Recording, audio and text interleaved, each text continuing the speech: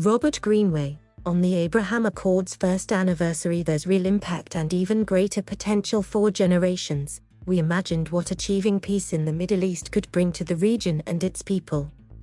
Today, with vast natural resources, aspirational societies, and a growing population with approximately 65% under the age of 30, Middle Easterners are postured to move forward and seize new opportunities to build on the region's limitless potential and a transformative agreement. As we mark the first anniversary of the Accord signing, it's important that we assess its impact and potential.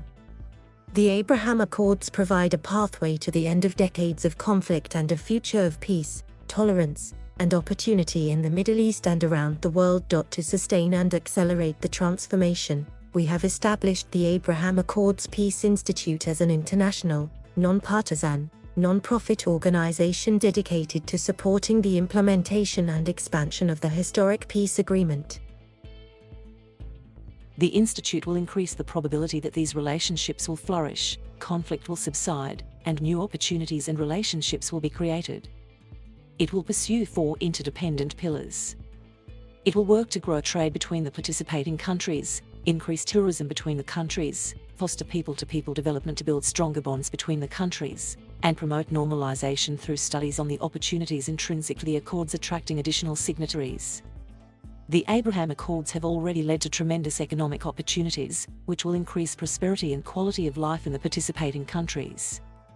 As commercial ties grow, so will the strength of the bonds between the countries and their people. Israel's Central Bureau of Statistics has reported over $570 million in business with the UAE alone in the last year, and projections by Israel's finance ministry reflect it's likely to reach $1 billion by the end of the year, and $6.5 billion by 2025. While new trade and capital flow hold the potential to immediately benefit Accords members, they also stand to have a significant spillover effect on the entire region and broader global economy as it recovers from the pandemic. On August 31, 2020, Israel's flagship carrier El Al operated the first ever direct commercial flight between Tel Aviv and Abu Dhabi, followed by a first flight from Israel to Manama on October 18. The UAE's Etihad Airways launched its first commercial flight to Israel a day later, on October 19. In another first, Saudi Arabia opened its airspace to the flights, and importantly agreed to allow all such flights from Israel. Israel's first direct flight carrying over 100 tourists recently landed in Marrakesh, Morocco, reflecting the potential of both tourism markets. Normalization could create as many as 4 million new jobs and $1 trillion in new economic activity in the coming decade. Every tourist who takes a flight between these previously disconnected countries becomes an ambassador for the Abraham Accords, regional harmony, and the potential they represent for the region and the world. These individuals bring their experiences back to their communities and share them with their friends on social media.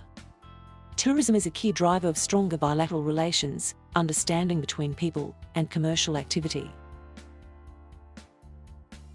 Reuniting Muslims, Jews, and Christians is an essential component of the Abraham Accords. This will happen partially through business and tourism, but the countries of the region would also benefit enormously from targeted programs to bolster and expedite people-to-people reconnect. Maps of the Middle East have historically depicted the region as the center of the world's trade. For decades, this ancient leg of the Silk Road facilitating trade, economic, cultural, political, and religious links between East and West was severed due to political disagreements and a culture of distrust that threatened regional economic development and international peace and security. The Abraham Accords, and the new connections which are now possible as a result, provide an unprecedented opportunity to reorient market access and global transportation hubs, enabling improved efficiency and the establishment of trusted supply chains on terms favorable to the United States and its partners. Israel can leverage UAE as a logistical hub for market access to India and Asia, Bahrain to expand ties to Saudi Arabia, Morocco for expanded access to the EU and Sub-Saharan Africa, Kosovo for access into the emerging markets of Eastern Europe, and Sudan for the Horn of Africa. In return, Accord signers can leverage Israel's strategic location in the Eastern Mediterranean and its access to the US market.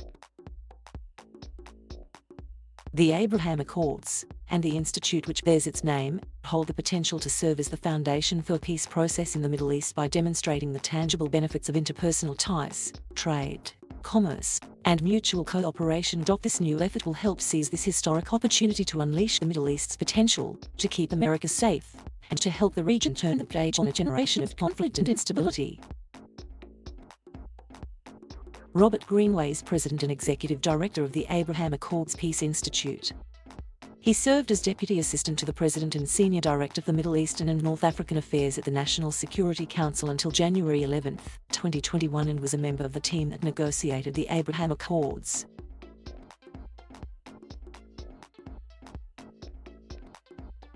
Thank you for watching. Please subscribe.